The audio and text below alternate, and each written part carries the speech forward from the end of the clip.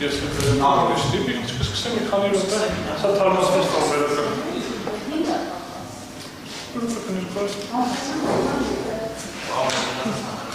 Չէ, մենք հին տարբերակը խնդրեմ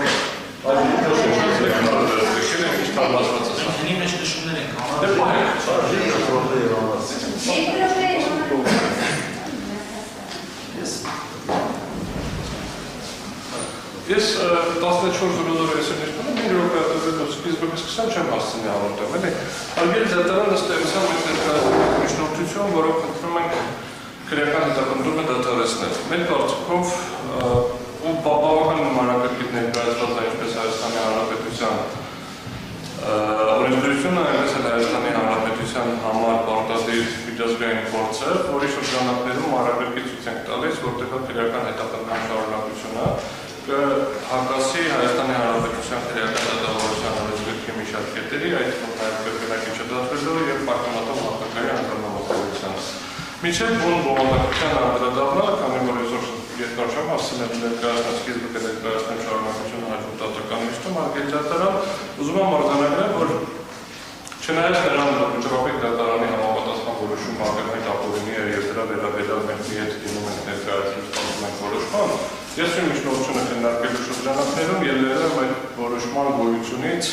եւ գնահատել եմ այդ որոշումը որպես Հայաստանի Հանրապետության իրավական համակարգում գործող փաստաթուղթ եւ վերլուծել եմ իրեն այս միջնորդության նպատակները, բայց ցույց տալու համար, որ վճռապետ դատարանի որոշումը նաեւ հաշվի առնելու պայմաններում միևնույնն է քրեական հետապնդումը պետք է դադարեցվի։ Բայց տվյալ վերլուծությունը որևէ դեպ խնդրում եմ չընկալել, չմեկնաբանել, որպես վճռապետ դատարանի համապատասխան որոշման հետ համաձայն։ Ուղղակի հակառակ դեպքում չի կարողանա միջնորդությունը ներկայացնել։ Հաշվի առնելով գործընթացը, ես ուրեմն միջնորդության սկզբում ներկայացված է դատավարական փուլը, դատավարական փուլի տեսակետից էական նշանակություն ունի մի քանի հանգամանք, ինչի վրա ուզում եմ ուշադրություն դարձնել։ Մեղադրանք առաջադրվել է քրեական օրենսգրքի, նախորդ քրեական օրենսգրքի, այսպես կոչված 300.1 հոդվածով, որը հետագայում 21 թվականի մարտի 26-ին ճանաչվել է Սահմանադրության 78-79 հոդվածներին հակասող եւ անհավատ։ Ինչի եմ ուշադրություն հրավիրում 78-79 պատվարժան դատարան, որովհետև դա որոշակիության խնդիրն է, այսինքն ոչ թե հակասել ապեր այլ իրավունքի, այլ ուղղակիորեն որոշակիության խնդիրը արձանագրել Սահմանադրական դատարանը։ Դրա հիման վրա 21 թվականի ապրիլի 6-ի որոշմամբ դատարանը որոշել է հանցագործության դեպքի բացակայության հիմքով, ընդ որում հանցագործության դեպքը շատ պրիմիտիվ այլ չի չկա, որովհետև բոլորս գիտենք, որ չկարողված չկա հանցագործություն, որովհետև հանցագործությունը քրեական օրենսգրքով սահմանված արարք է տարել։ Հետևաբար, քանի որ առաջադրված մեղադրանքը վերաբերվում է 300.1-ին, դրա հետ կապված խնդիր։ Դրանից հետո վերակնի բողոքահարել, դրանից հետո վճռապետ բողոքահարել, վճռապետ դատարանը դիմել է Սահմանադրական դատարան պարզելու համար արդյոք հակասահմանադրական չի այն վիճակը, որ մեղադրողը չի կարողանում իրավական մենահատականը փոխի, Սահմանադրական դատարանը անդրադարձել է, այս է շատ կարևոր, ոչ թե նրանով, որ հակասահմանադրական, այլ նրանով, որ հակասահմանադրական չի։ Ինչքան արձանագրել է, որ գործող օրենսդրությունը թույլ է տալիս, բայց այստեղ էլ եմ ուզում ուշադրություն հրավիրեմ, որովհետև միջնորդության համար շատ կարևոր է, Սահմանադրական դատարանը եւ հետո է վճռապետ դատարանը մեկնաբանել են քրեական դատավարության օրենսգիրքը, որը հիմա չեն կիրառում, այսինքն ոչ թե այն քրեական դատավարության օրենսգիրքն է մեկնաբանել, որը հիմա մենք քննարկում մեկնաբանում եւ որի վրա հսկողներ եմ անում, այլ այն քրեական դատավարության օրենսգիրքը, որի շրջանակներում առաջինացիանի դատարանը կայացրել է արտադրության դատավարություն։ Սա նույնպես շատ կարևոր է, որովհետև սրա շրջանակներում երբ որ իրավական վերլուծություն անենք, Սահմանադրական դատարանի որոշումը եւ վճռապետը քննարկելու եմ, բայց քննարկելու եմ այնքանով, որքանով որ դա սահմանադրական իրավական գաղափարական հենքեր ունի, որովհետև համապատասխան դեպքերը էլ չկան։ Ինչն է կարևոր, Սահմանադրական դատարանը ասել է լավ է կարող է կատարել, ինչը չէ կատարվել։ Դրանից հետո վճռապետ դատարանը որպես խախտում գնահատել է քրեական հետապնդումը դադարեցնելու հիմքը, ասել է ոչ թե հանցադեպը չկա, այլ հանցակազմը չկա, որովհետև ինչ-որ հանցագործություն հնարավոր կա, եւ որպես նոր հանգամանք է դիտել Սահմանադրական դատարանի որոշումը, սա ինձ ինքերից մեկն է, ինչով մենք դիմել ենք Մարդու իրավունքների եվրոպական դատարան, որովհետև ինչ է նշանակում հակասահմանադրական քրեական չի հիմքը դիտում ենք որպես նոր հանգամանք եւ ամեն դեպքում ուղարկել անձնական ձևով որը բարետեխնիկ։ Ուրեմն ինչ ասել վճռաբեկ դատարանը, վճռաբեկ դատարանը ընդհանրապես մի բան ասել։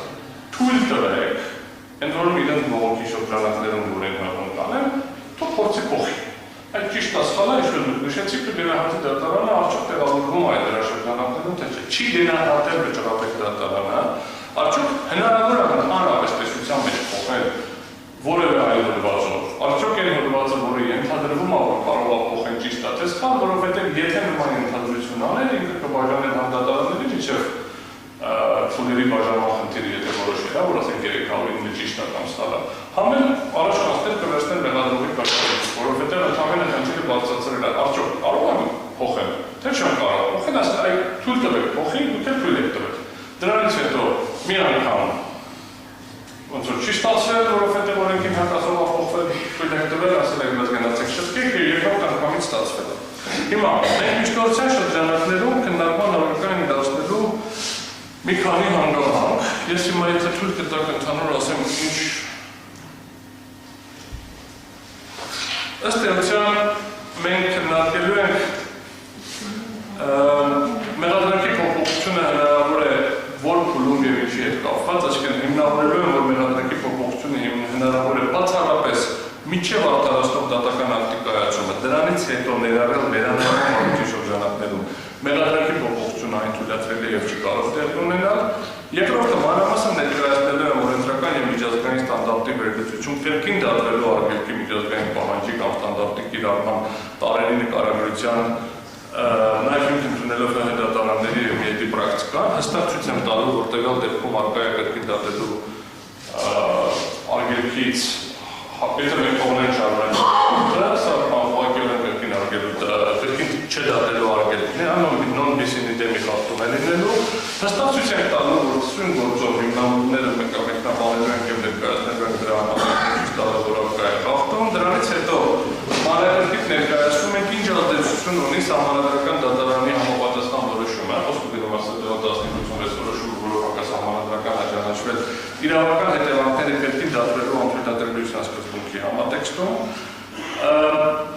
Շատ կարևոր մի հատ խնդիր է քրեական նյութերի կարգավիճակի հետ կապված, որին անդրադարձ են կատարելու եւ ըստ էության պարզվում է, որ սույն գործով չկա որևէ նյութ, որը ձեռքբերված լինի օրինական բարույթի շրջանակներում։ Հետագայում ցույց կտանք, որ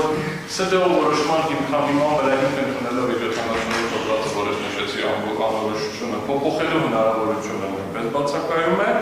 այսինքն փոփոխել չի սա նոր մեղադրանքը ըստ էության ևս մեկ անգամ հիմնավորելու կրկին դատելու արգելքը առանձին վերլուծելու եմ արդեն նոր քրեական դատավորության օրենսգրքով, ինչը մենք քննարկում ենք, արդյոք իրավունք ունի դատախազ առանց ապացույց հետազոտելու փոխել թե ոչ, որտեղ նախկին քրեական դատավորության օրենքը թույլ էր տալիս, սահմանադրական դատարանը վերալուծել եւ ասել է թույլ է տալիս, նորը ուղղակիորեն դա թույլ չի տալիս, դրանք համապատասխան հիմնավորումները ցույց կտանք, համապատասխանաբար այդ մեղադրանքը չի կարող քննվել, հետո կքննարկենք արդյոք հնարավոր է մեղադրանք փոխել այնպիսի հոդվածով, որով ընդհանրապես չկա քրեական բարույթ, չկա, 309 հոդվածով չկա, օրինական մեղադրանքի բացակայությունը պետք հիմնավորենք, որ հավասար է մեղադրանքի բացակայության մոտավորապես գործընկերոջից նշած հիմնավորումները մի քիչ ավելացնելով,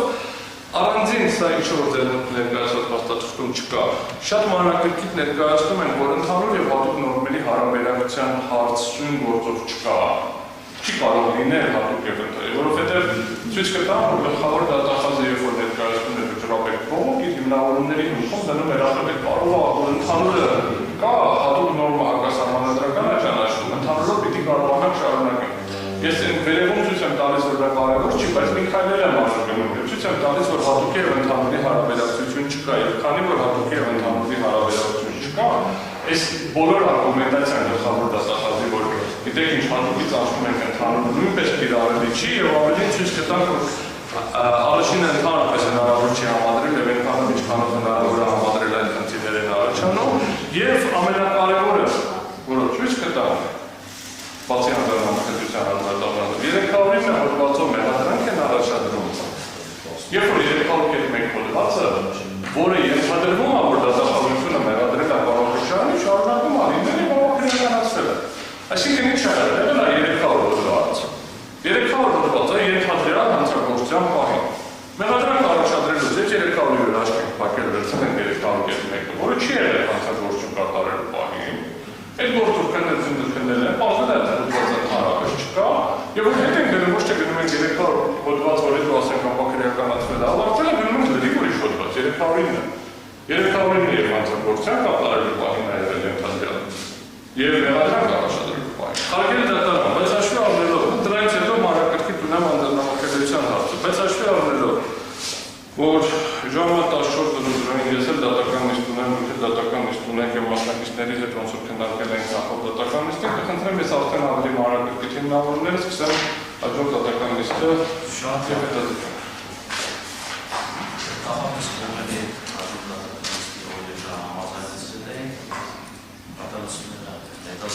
Շարունակել 2026 թվականի